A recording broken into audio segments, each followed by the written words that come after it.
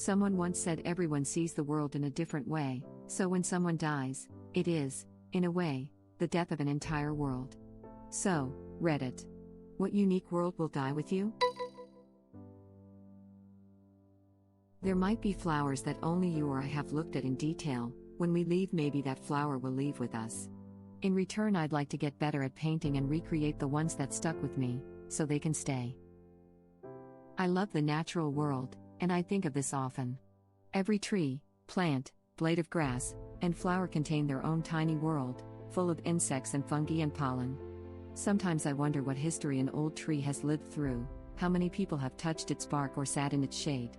I wonder how many people smell a flower before it withers, or brush against it and carry some of its pollen home with them. It's all separate and somehow also all the same. I do this, but with abandoned buildings more often than the natural world. Entire lives happened in there, and for at least one person, that building may have been the most important location in their life. I have the same feeling. I always thought old or abandoned houses were beautiful.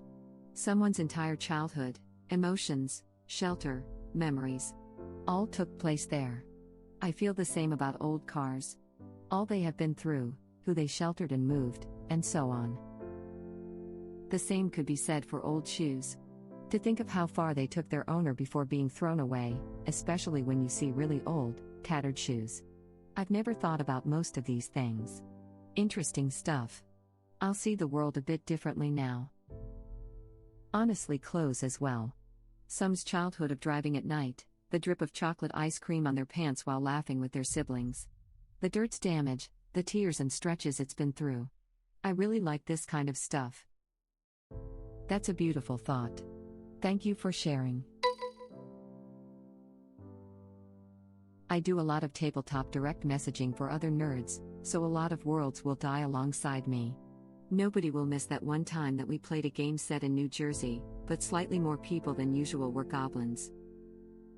Same, lots of D&D worlds. I barely have anything written down. Luckily, one of my players is extraordinarily careful about noting and organizing stuff I babble about for hours unending.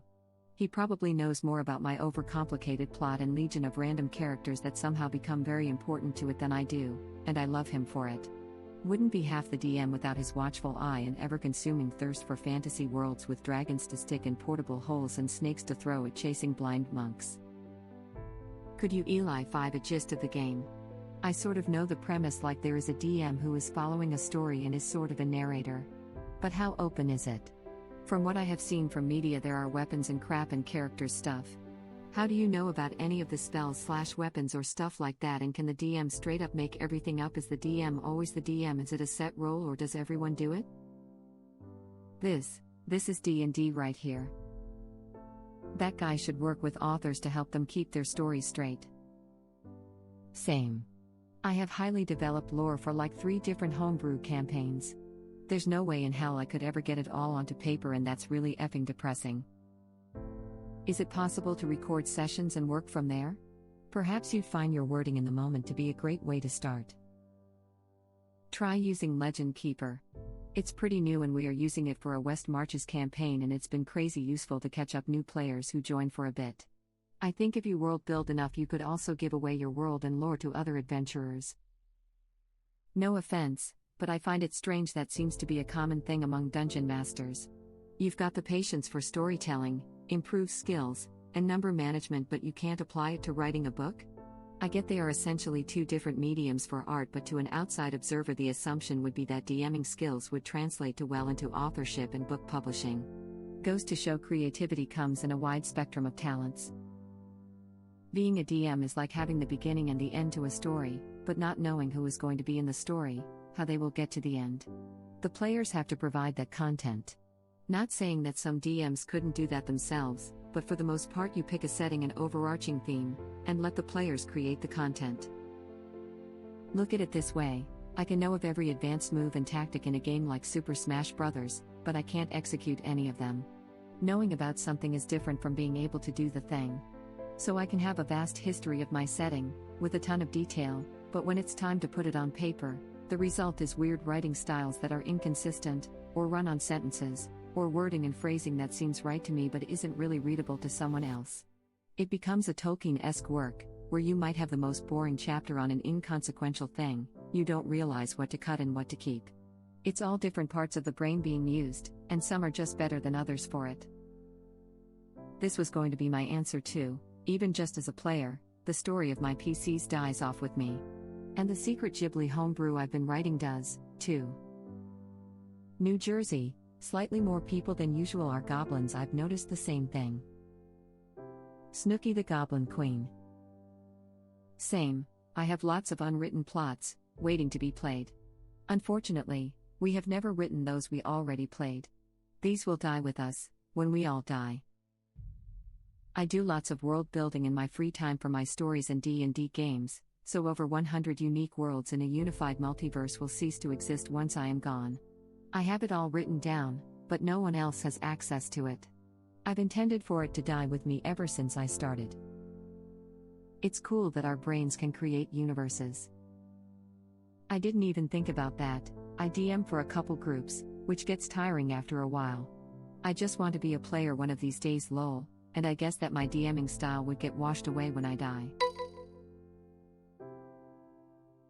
I think my experience will die off. Of course, you try to give a lot to your kiddos, but they will process it in their own way. Also, stories. For me, I have a huge load of stories I was a part of, but also stories that live inside my head. Occasionally, I scribble down some ideas, but I never get to completing it. And that makes me wonder, what other stories, real and made up, did there live inside the heads of others? My parents? My grandparents?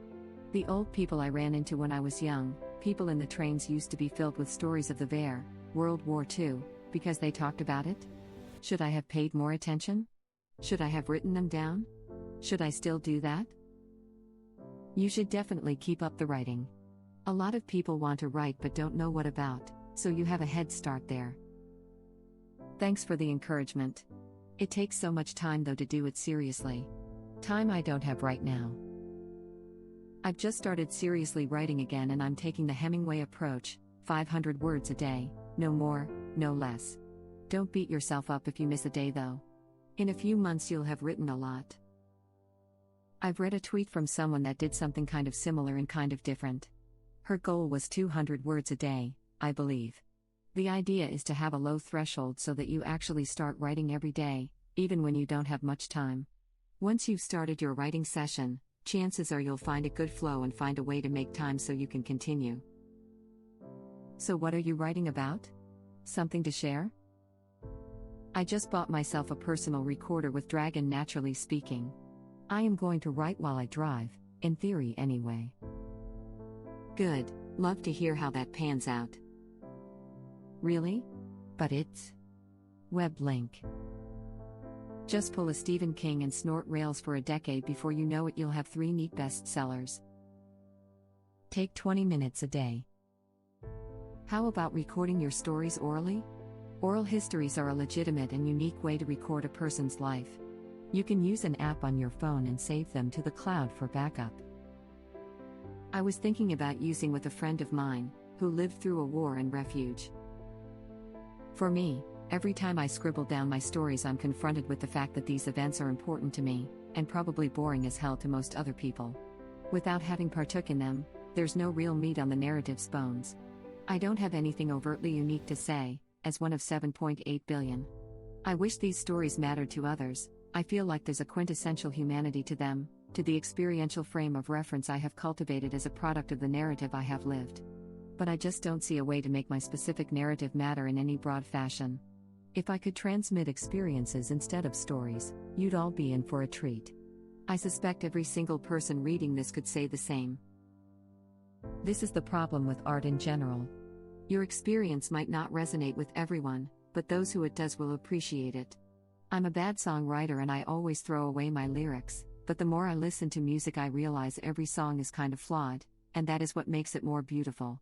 The courage to create and share is art, not the quality of the creation. Dude. So many great or popular songs have crap lyrics or a cheap overused chord progression. Every song is flawed, every story is broken somehow. No art can be perfect because it's subjective and perfection doesn't exist. Of course, if you really don't like your songs yet, keep writing them and throwing them away. But keep doing that until you do like them, and then keep going. Actually, historians will often learn a lot more about the world from journals and correspondence that could be described as mundane.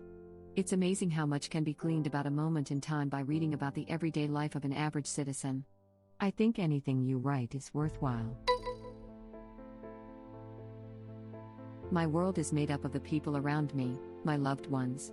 So when I die, a part of my world will live on through them. My dad had lots of stories he told me when he was a boy, so his world still lives in me, even though he died 12 years ago. I've told some of these stories, and even posted them on Reddit. If someone read them, and they resonated with people, then that world may still exist after I'm gone. Ubuntu. I had no idea Ubuntu was a real word. Always think of the Linux distro. It's actually a philosophical term in African culture, mainly from the Zulu language, which means I am, because you are. What an awesome word. It's a shame most of us only know about Linux part. It's a shame we don't know the actual meaning of the word, true. But can we just appreciate how an amazingly appropriate word it is for a Linux distribution? Ah, nice. I didn't make the connection. Creative Mofos. Who lives, who dies, and who tells your story? The orphanage. Gasp. Hey op, I don't have a good answer for this, but I like the question. Just thought you should know. I didn't because of the same reason you couldn't answer. You guys are the same. Maybe you are from the same world? They see the question differently. They are from two completely different worlds. There is a recent Stephen King short story, actually a few that chain together, called I Contain Multitudes. This question made me think of that story. Check it out if you think the question is interesting. If you like this thought, give Walt Whitman a read. Smiling face with hearts. Celebratory hands in the air, you got me. I came here to say that. I absolutely love the life of Chuck. Same, such an odd story but ended up being kind of charming. Exactly, it's a genuinely thought-provoking question. Thank you for watching. If you like our videos, please like them on YouTube. And share them with your friends. Please subscribe to be the first to know about Red Rabbit Reader's new videos. We welcome your comments below. Another of our videos will begin shortly.